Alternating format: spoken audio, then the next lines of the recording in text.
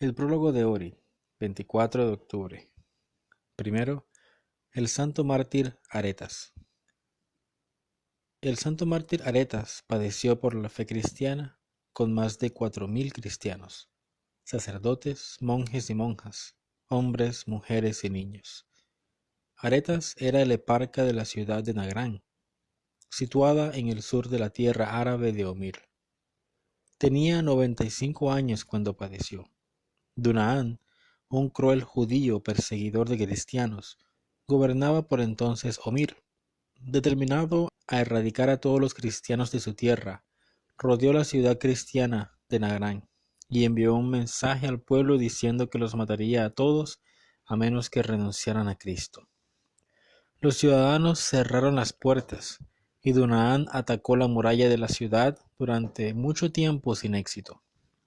Luego el inicuo gobernante juró a los ciudadanos que no les haría nada, si solo le abrieran la puerta para entrar y cobrar el tributo que le debían, y que lo tomaría y se retiraría inmediatamente. Los cristianos le creyeron y abrieron la puerta.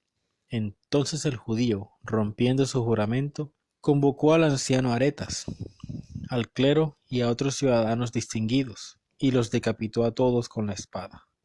Después perpetró una horrible matanza en la ciudad. Al enterarse de esto, el emperador bizantino Justino se entristeció mucho y escribió una carta al emperador etíope, el Esbán, solicitándole que partiera con un ejército contra Dunaán para vengar la sangre inocente de los cristianos. Esbán obedeció a Justino, atacó al gobernador de Omir con su ejército, lo derrotó y mató a todo su ejército y lo decapitó. Por revelación de Dios, cierto hombre devoto llamado Abramio fue instalado como gobernador de Omir, y nuevamente por revelación de Dios, San Gregorio de Omir, 19 de diciembre, fue instalado como arzobispo. Los cristianos reconstruyeron la iglesia de la Santísima Trinidad en Nagrán, que Dunaán había quemado, y también construyeron una iglesia para el santo mártir Aretas y los demás mártires de Nagrán. San Aretas y los demás padecieron y recibieron de manos del Señor coronas de mártir en el año 523. Número 2.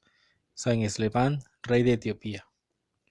Inflamado con celo por la fe cristiana, este piadoso rey levantó un ejército contra el gobernador Dunán, el malvado perseguidor de los cristianos en la tierra de Omir. Sin embargo, al comienzo de la batalla, Esleban tuvo poco éxito y gran parte de su ejército pereció en el árido desierto. Luego lloró amargamente ante Dios e hizo el voto de hacerse monje si Dios lo ayudaba a conquistar al enemigo mortal del cristianismo. Derrotado Dunaán, Esleban regresó a Etiopía.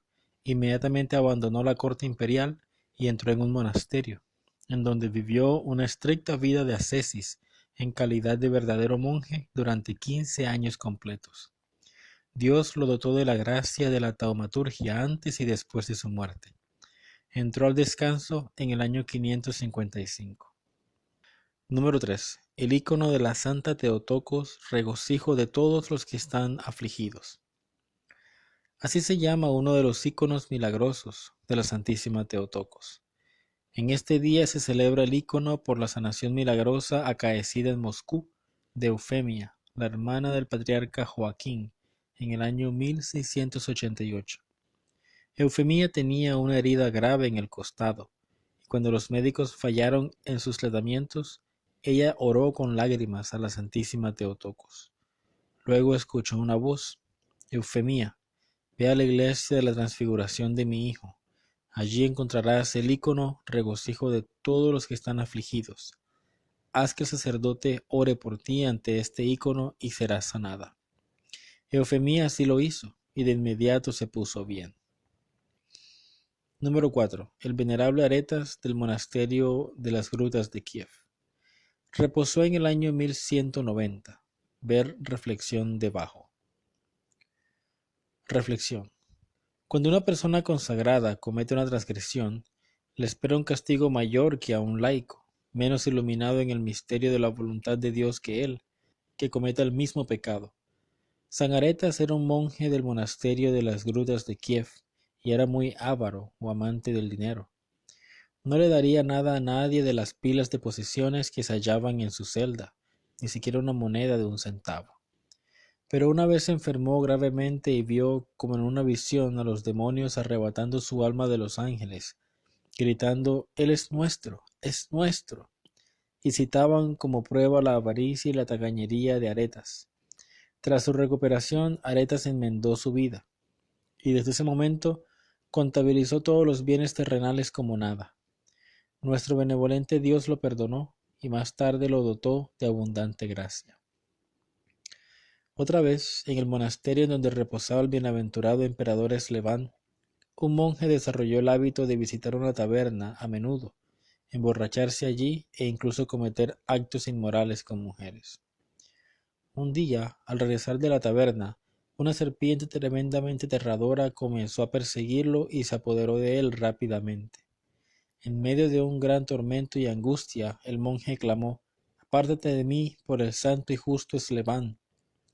De repente la serpiente se detuvo, y el monje oyó, como si fuera una voz humana desde la serpiente: Un ángel de Dios me ordenó que te consumiera a causa de tu impureza e infamia, porque prometiste servir a Dios en pureza, pero ahora ensucias tu cuerpo y ahiras al Espíritu Santo.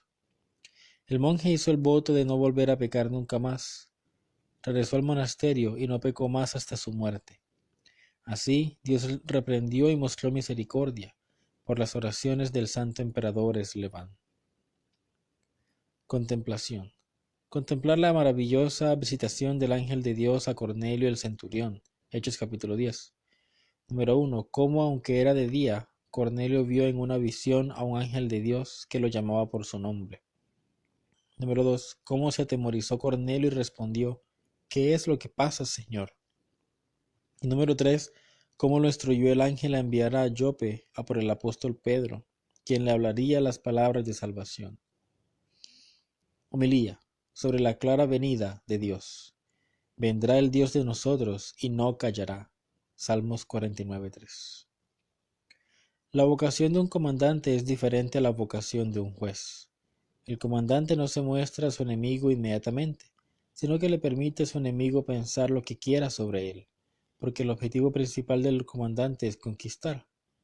El juez, sin embargo, inmediatamente se muestra a aquellos a quienes tiene que juzgar. Entonces también la vocación de un maestro es diferente a la vocación de un juez. Para el maestro, el propósito principal es enseñar a sus alumnos.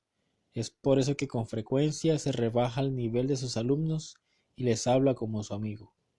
Un juez, sin embargo, de principio a fin, está obligado a mostrarse a sí mismo como nada más que un juez.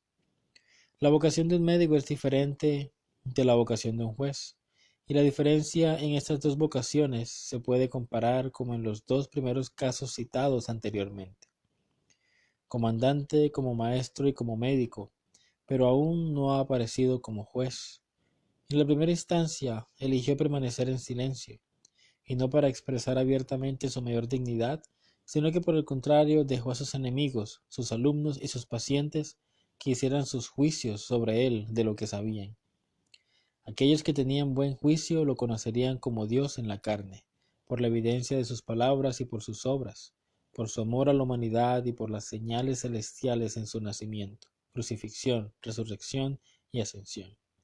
Sin embargo, aquellos cuyas mentes fueron oscurecidas por la malvada pasión, no lo reconocerían ni lo admitirían como Dios. Pero cuando venga como juez, entonces nadie preguntará: ¿eres tú? ¿O quién eres? Porque todos sabrán, sin lugar a dudas, quién es Él. Los ángeles tocarán sus trompetas delante de Él. Su cruz brillará en los cielos delante de Él. Fuego delante de Él avanzará e inflamará alrededor a los enemigos de Él. Salmo 97:3. Entonces tanto los creyentes como los incrédulos, los justos y los injustos, reconocerán al juez.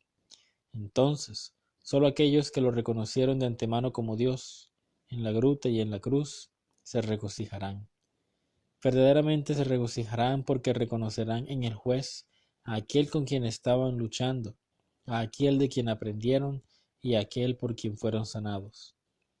Oh Salvador gloriosísimo, ten piedad de nosotros y corrígenos antes de tu segunda venida. A ti sean la gloria y la alabanza eternamente. Amén.